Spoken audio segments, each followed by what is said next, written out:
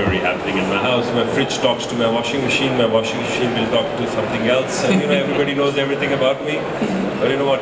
All this smartness seems to be making me dumb. So I do a lot less what I used to do. So where does it stop? Gentlemen asked the question, are we overdoing it? I think we are actually underestimating this overdoing. So, what is the limit of this? Now I believe, like, if I walk through this show, everything is smart. Yes. I don't think there's anything which is not smart. The word is used by every vendor and everybody.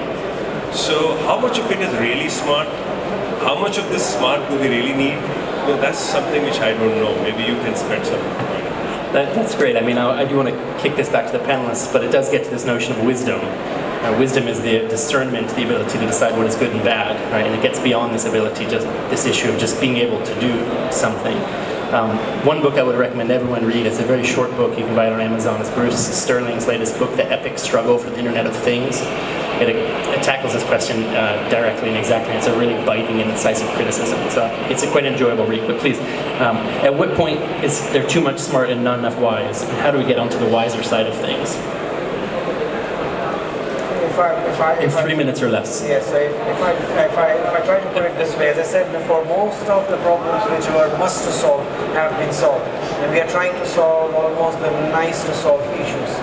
So this does, as we can suggest, goes into the territory of do we really need to solve it. Maybe it's more about, and the challenge comes where doing app innovation is becoming sexy. Everybody wants to develop apps. However, with people like Musks of the world who are trying to do space travels, and so there is innovation happening which is definitely trying to solve genuine issues. Yes. Petroleum is a product which will finish one day. So what can we do? Space travel, etc. So it's about some of this innovation accidentally, incidentally, by design will be in the places where maybe it's not needed. Angry Bird or Angry Bird 3.0, do we need that? I'll not comment on it, maybe it is needed. But at the same time, there is innovation happening in the space where it is really needed. We have reached a point where we will have to live with it. It's as a human being, we cannot sit idle. We will always be looking for the next one. Some of it is not needed, some of it is happening in the right space. This comes with the territory. One comment from my end, I think that automation or let's say digitization per se is not a driver. Again, I go back to the basics and I share all what we discussed. I think that nowadays, from a sociological perspective, the society is putting a lot of pressure on the families in order to give the right direction to the kids.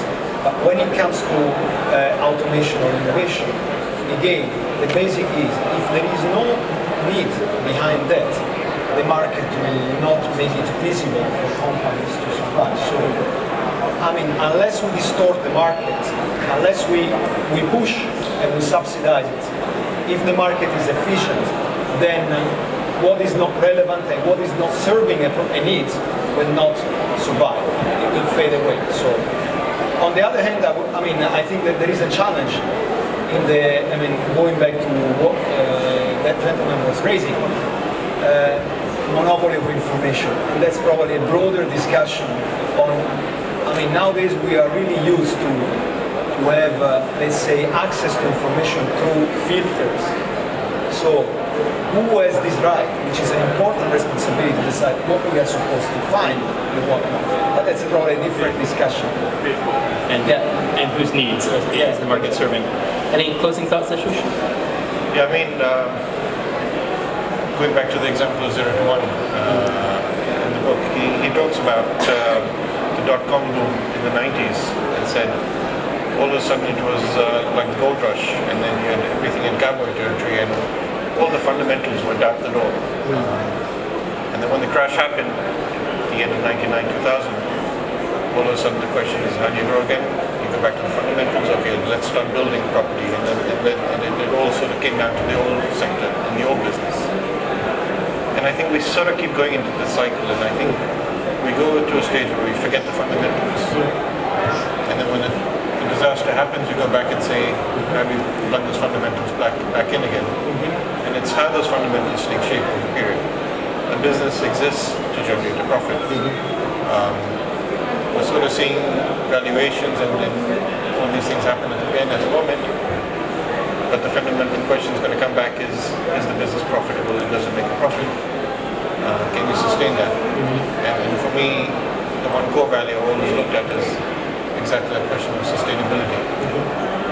How do we sustain it and how do we keep it going? That reinforces on today's earlier observation around the transition in these technological cycles happening after a crash. And I think it could very reasonably argue that we're still in the middle of a very severe crash. We're yet to actually get out of that in the historic time scale.